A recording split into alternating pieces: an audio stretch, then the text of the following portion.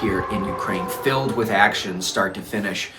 Day began at around 10:30 in the morning with air raid sirens going off throughout the city of Ivano-Frankivsk. And then we went out to do our live reports from Morning in America. And then after that, it just all started to happen again. Okay, so we just sat down to lunch, and we had to evacuate. If you can hear overhead, air raid sirens are going off right now, so we are currently attempting to seek shelter somewhere in the city. The one shelter that we just went to at City Hall was closed, so our next stop is to head to a school and get into the basement there, and then take it one step at a time.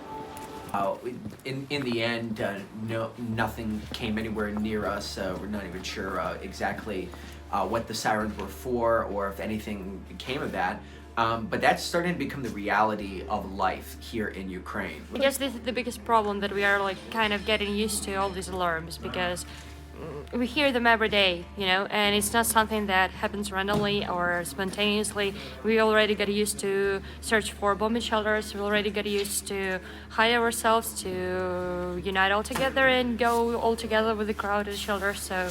And this is horrible that we are getting used to this type of life. This is something strange.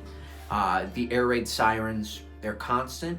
Follow the steps provided by the hotel voice assistant. Take documents, warm clothes, and everything necessary.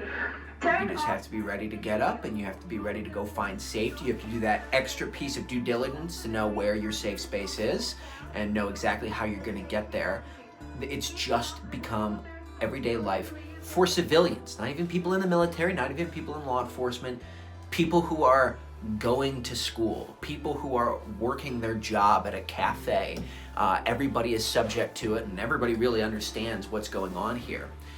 So the tension is just so high here right now. There's a lot of anxiety in the air. And where we are, we're in the western portion of the country. We're hours upon hours away from Kyiv or any of these other cities that we've seen a lot of the military activity in. But even so, here in western Ukraine, way away from all of the action, there's a lot of people who are nervous here and anxious about the future.